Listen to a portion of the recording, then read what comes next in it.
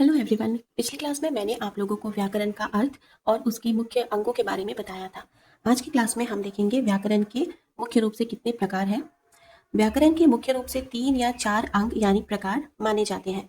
वर्ण विचार, शब्द विचार, वाक्य विचार, जबकि कई स्थानों पर पद विचार को व्याकरण का चौथा अंग कहा गया है। यानी अगर हम व्याकरण के प्रकार के बारे में बात करें तो इसके मुख्य रूप से 3 प्रकार होते हैं, जो कि है वर्ण विचार, जिसमें वर्णों के बारे में वर्णों से कैसे शब्द बनाए जाते हैं उसके बारे में जानकारियां मिलती हैं। शब्द विचार और वाक्य विचार। लेकिन अगर हम इसका जो चौथा भाग है पद विचार, इसको भी इसमें जोड़ देते हैं तो ये गलत नहीं होगा। ठीक है। ये अंग भाषा के शुद्ध रूप को समझने, बोलने और लिखने के नियम सिखाते हैं। यानी ये चारों जो अंग हैं, ये चारों के चारों अंग भाषा को कैसे शुद्ध रूप से बोलना है, लिखना है या समझना है, इसे हमें भली भांति सीखने को मिलता है। ठीक है। अब पहला प्रकार देखते हैं वर्ण विचार। इसके अंतर्गत भाषा की सबसे छोटी इकाई वर्ण यानी लेटर्स, स्वर्ण और व्यंजन के स्वरूप, उच्चारण और उनके मेल से शब्द बनाने के नियमों का अध्ययन किया जाता है। ठीक है। वर्ण विचार वो कैटेगरी है जिसके अंतर्गत हमें वर्ण यानी जैसे स्वर वर्ण होता है अ, आ, हर्ष, ई, दीर्घ ई एक्सेट्रा, और व्यंजन वर्ण जैसे क, ख, ग, घ इत्यादि, जो कि मैंने आपको पिछली क्लास में भी बताया था। तो उन वर्णों को जोड़कर शब्द का निर्माण कैसे किया जाता है, ये चीज हमें सीखने को मिलता है वर्ण विचार में। ठीक है। जैसे नियम, शरीर, व्यवहार, ये वर्ड्स मैंने एज अ एग्जाम्पल लिखा है। जैसे मान लीजिए यहाँ पे जो मैंने नियम लिखा है, तो नियम को किन किन वर्णों के प्रयोग से बनाया गया है।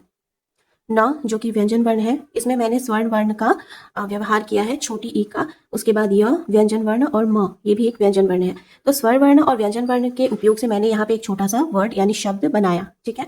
तो इसी तरीके से स्वर्ण वर्ण और व्यंजन वर्ण को जोड़कर यहाँ पे सही तरीके से छोटे छोटे शब्द का निर्माण कैसे किया जाता है, ये आपको सीखने को मिलेगा वर्ण विचार में। ठीक है।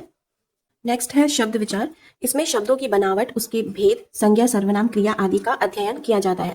यानी शब्द विचार वो कैटेगरी है जहाँ पे जैसे वर्ण विचार में हम लोग सीखते हैं कि वर्णों के व्यवहार से शब्द का निर्माण कैसे किया जाता है, तो शब्द विचार में हम सीखते हैं कि छोटे छोटे शब्दों को मिलाकर एक सेंटेंस यानी वाक्य कैसे बनाया जाता है। ठीक है। एकदम सिंपल मीनिंग है।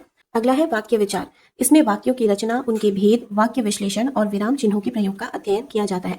वाक्य यानी सेंटेंस, तो एक सेंटेंस अगर हम लोग कोई भी वाक्य लिखते हैं तो वहां पे हमें जैसे विराम चिन्ह हो गए, जैसे इंग्लिश में हम लोग बोलते हैं ना कॉमा, सेमीकोलन या फिर फुल स्टॉप वगैरह, तो वैसे हिंदी में जो पूर्ण विराम है, अर्ध विराम है, कॉमा वगैरह, हम लोगों को कहाँ पे यूज करना है ताकि वो सेंटेंस एक प्रॉपर सेंटेंस बन पाए, एक शुद्ध वाक्य बन पाए, वो सीखने को मिलता है हमें वाक्य विचार में। ठीक है। यानी कोई भी वाक्य हम बस यूं ही लिख नहीं सकते, हमको उसको शुद्ध तरीके से लिखना पड़ता है, हमें अच्छे से एक एक शब्द का और एक एक विराम चिन्हों का बिल्कुल सही तरीके से प्रयोग करना पड़ता है। तो वाक्य विचार की कैटेगरी में हमको वही सीखने को मिलता है कि एक सेंटेंस को हम शुद्ध और सही तरीके से कैसे लिखे, पढ़े या समझ सके। ठीक है।